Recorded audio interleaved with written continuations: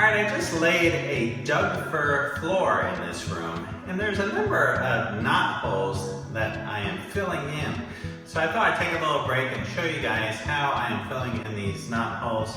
Now, a lot of times knot holes are naturally black from the branch that is growing through that hole. So these holes, I'm actually going to putty them in with a black putty, and I'm doing that with Bondo. I like to fill these with Bondo, and the Bondo comes, it's a gray color, but I'm going to tint it black. I'm using this. This is called Mix-All. It's a tint you can get on Amazon. I'll put a link in the description to this tint.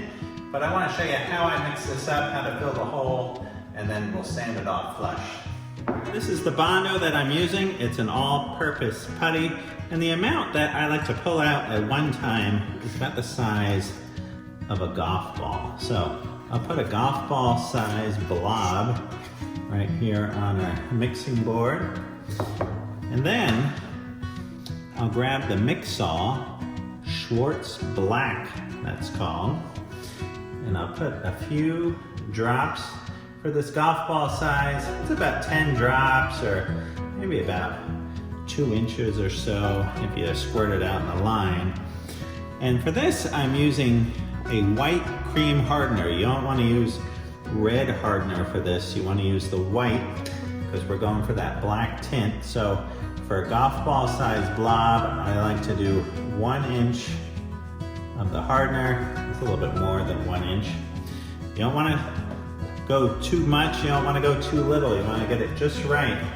So now we're going to blend this for about a minute. You really want to get this mixed well, because the last thing you want to do is not have this mixed, right? You want this to be mixed well so that the Bondo sets off. You don't want the Bondo not going off in the hole.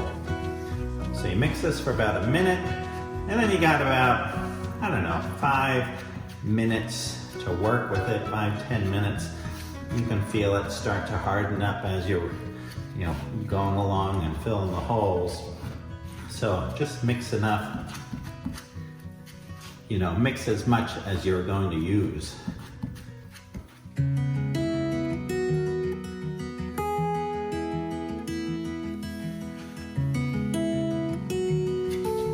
All right, now that our Bondo is good and mixed, I'm gonna fill our knot hole that you can see here.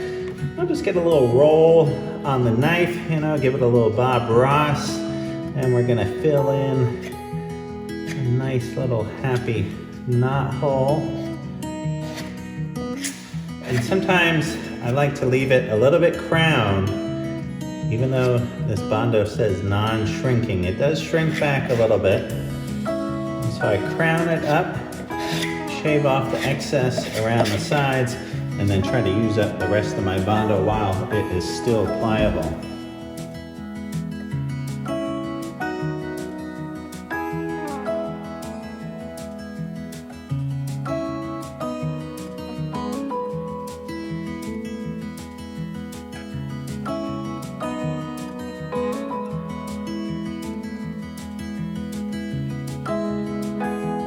Alright, now our Bondo is dried. On the can it says about 15 minutes. I usually wait about an hour. So now I'm going to sand this flush. I got some 60 grit here on the sander. Let's buff this out.